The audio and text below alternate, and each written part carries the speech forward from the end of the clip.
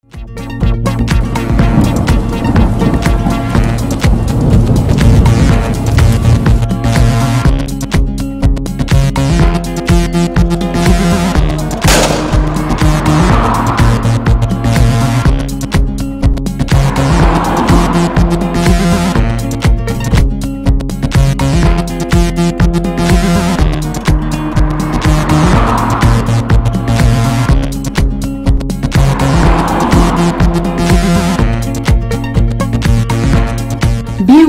Du nouveau dans le chavirement de la pirogue en partance pour l'Espagne. Selon nos sources, les migrants ont quitté la vieille ville durant la nuit du 26 au 27 courant avec à bord de la pirogue 58 passagers. Une fois en haute mer, d'autres candidats sont venus rejoindre ceux qui avaient déjà pris place dans la pirogue alors que celle-ci ne devait prendre qu'une trentaine de passagers. Selon nos interlocuteurs, la pirogue a commencé à tanguer à cause du surnombre. Les candidats commençaient à jeter les bidons d'essence par-dessus bord pour alléger l'embarcation, mais malheureusement cela n'a pas suffi puisqu'elle avait commencé à prendre de l'eau. L'embarcation a fini par couler souffle-t-on. Des pêcheurs qui étaient dans les environs sont venus porter secours et pêcher 3 naufrages. Par la suite, la marine nationale alertée est allée sauver 12 autres personnes, ce qui fait un nombre total de 15 personnes repêchées qui ont toutes été acheminées par les éléments de la brigade nationale des sapeurs-pompiers à l'hôpital régional de Saint-Louis. Selon toujours nos informations, les corps de 20 candidats ont été trouvés. Les autres sont portés disparus, même si les recherches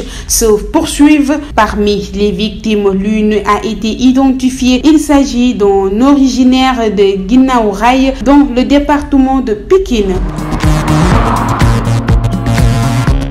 Le Khalife général offre 50 millions aux victimes des inondations. L'annonce a été faite par le porte-parole Serigne Bassirou Mbacké Abdou Khadre lors d'une déclaration en prélude du Grand Magal de Touba prévu en septembre. Selon le porte-parole, le Khalife a donné des instructions pour que des opérations de pompage soient entreprises afin de libérer les maisons de l'emprise des eaux pluviales. Selon lui, le Khalife, qui est soucieux du bien-être des populations, travaille en parfaite attente avec les autorités de la République sur l'état d'avancement des chantiers pour résoudre définitivement ce problème. Il a rappelé que les chantiers de l'université de Touba, l'assainissement et l'approvisionnement correct en eau potable de ville constituent une préoccupation pour Serigne Mountakha Mbacké.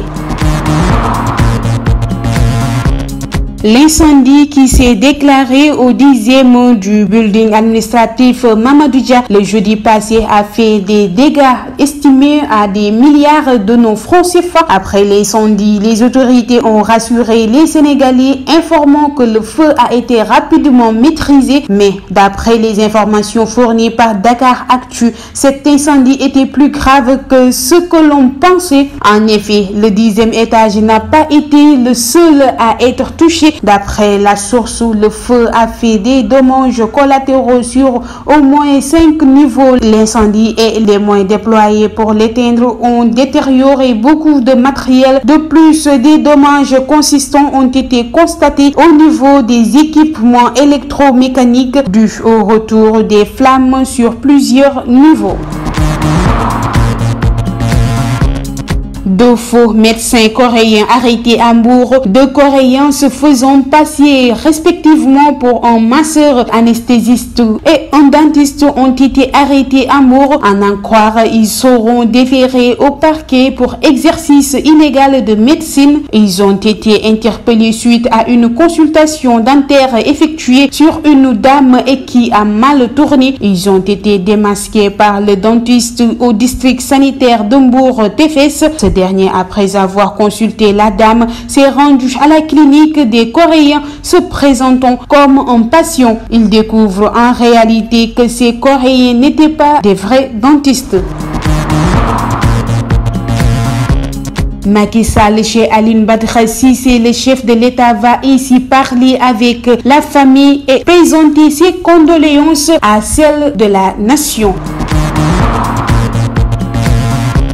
Parlons maintenant d'actualité internationale. Au Mali, forte augmentation des violences contre les civils selon un rapport onusien. La MINUSMA publie sa note trimestrielle sur les violences des droits de l'homme. La mission des Nations Unies a comptabilisé les agressions contre les civils entre le 1er avril et 30 juin et constaté une importante augmentation de 25% entre le premier et le deuxième trimestre de l'année 2021. Au moins 527 civils ont été tués, blessés, enlevés ou sont portés disparus. La division droits de l'homme de la MINUSMA pointe une augmentation générale de 25% par rapport au trimestre précédent, 49% même pour les personnes tuées.